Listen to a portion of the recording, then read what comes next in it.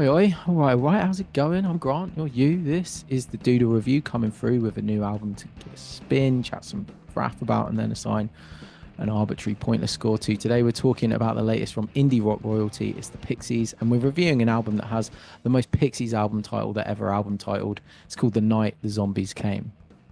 And Pixies were an iconic and hugely influential band formed in the late 80s. If you've landed here, I don't need to tell you that. But the original lineup, Kim Deal, Frank Black, Joey Santiago, David Lovering, they delivered a run of touchstone albums, Come on Pilgrim, Doolittle, Bossa Nova, Trompe Le Monde, that inspired everyone from Nirvana to Radiohead before they eventually disbanded in 93. And people often point to the loud, quiet, loud dynamic as the key signifier of the Pixies sound, but there are layers and layers and layers beneath that make this band so revered and important. Genre-wise, they weaved threads of surf rock, doo-wop, rockabilly, and fierce, unhinged punk in a way no one really had before. And they also pulled off a similar balancing act in their tone, lyrics, and aesthetics. Forcing together high and low forms of culture is a tried and tested approach across all forms of media, but Pixies did it in a really unique way, fusing the romantic and the macabre, the enchanting and the disturbing. Their songs were lullabies that have the potential to send you off into nightmares just as much as they were dreams. And all of these disparate components were then personified by the twin vocals of Frank Black, who can sing sweetly but also wail, cry, and scream at a moment's notice, and the angelic harmonies of bassist Kim Deal. This combination was lightning in a bottle, as exemplified by that original run of albums, but it came at the price of volatility. As I mentioned before, the band would break up in 1993 after tensions reached breaking point, but they would also reunite in 2003 to the delight of fans the world over as they toured the anniversaries of their key early albums. Again, though, the dynamic, particularly between Deal and Black, did prove unsustainable, and Kim Deal departed in 2013.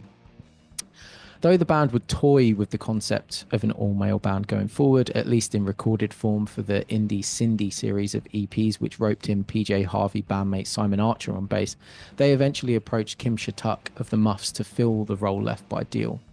Just a few months later, though, Shattuck was chucked out. To be honest, from the outside, it seems like Shattuck was just a bit too cool, a bit too punk rock for the band. Allegedly, it rubbed them the wrong way when she crowd surfed at a show. I'm sure there was more to it, but Pixies, kind of lame on their part. However, I do feel like personal dynamics are pretty important when you're a touring outfit, so I lean on the side of giving them some grace there initially. Shortly thereafter, Paz Lenchantin, former bassist of A Perfect Circle, was drafted, and this became a pretty rock-solid formation, producing 3 albums over 10 or so years, with their 2016 record, Head Carrier, being actually one of my favorite releases from the band overall, much to even my surprise. But speaking of surprises, at the start of this year, Lenchantin would find herself ousted from the group, much to the shock of fans and even Lenchantin herself. While this reportedly blindsided Lenchantin, it seems the band had been well prepared, immediately announcing Emma Richardson, formerly of Band of Skulls, as their new member. And it wasn't too long after that they announced this, The Night the Zombies Came Home.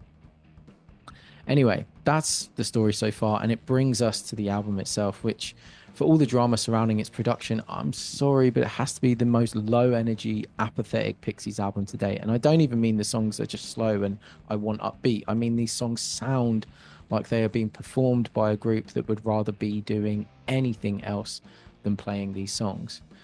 It's a little hard to put into words, but there is just such a lethargic vibe emanating from this album, even when the songs are upbeat.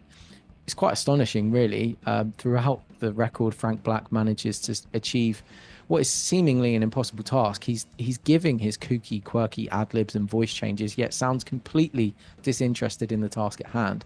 Among others, Ernest Evans sounds like Black is half awake, recovering from a cold, but let's just get this take out of the way, I suppose.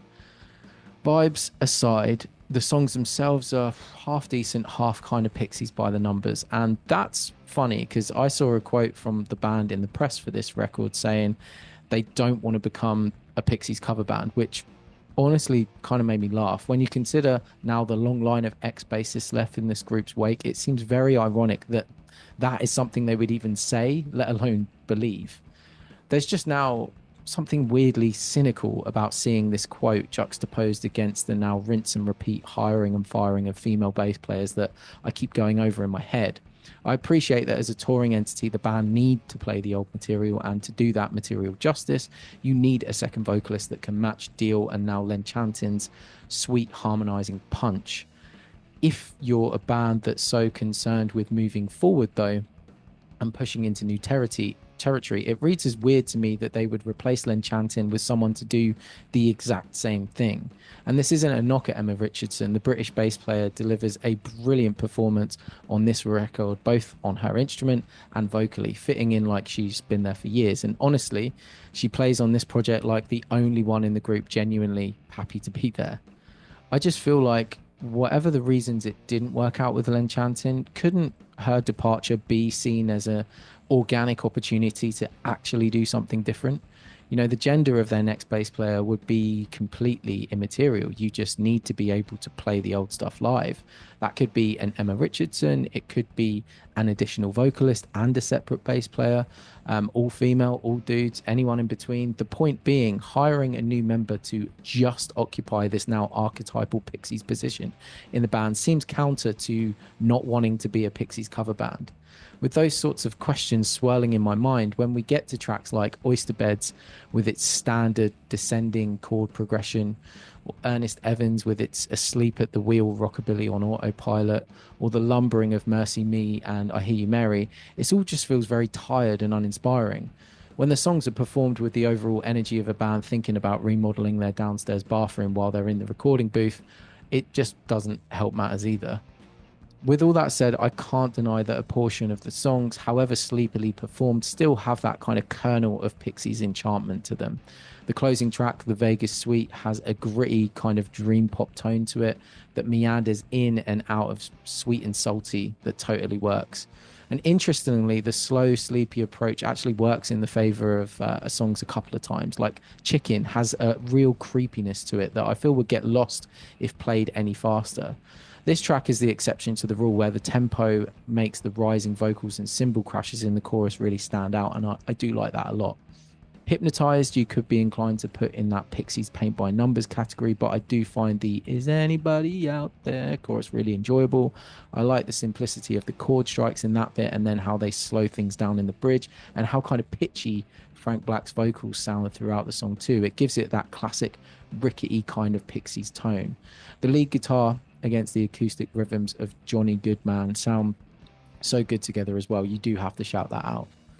So where do I stand overall? Well, as I've just said, the record's not without its highlights. I am a fan of this band, and I do think Frank Black would have to try pretty hard to write anything less than decent. However, the band just sound tired here, both in execution and in some of the tracks, which just feel like inferior retreads of other stuff in the catalogue from the Dio and Len Chantin era. I'm here, I'm glad for the fact that Pixies are doing new stuff, and that they've managed to do that by honoring their classic era up until now in this new form. But maybe they need to break away from that, or maybe they need to just have a little break and come back re-energized. I don't know.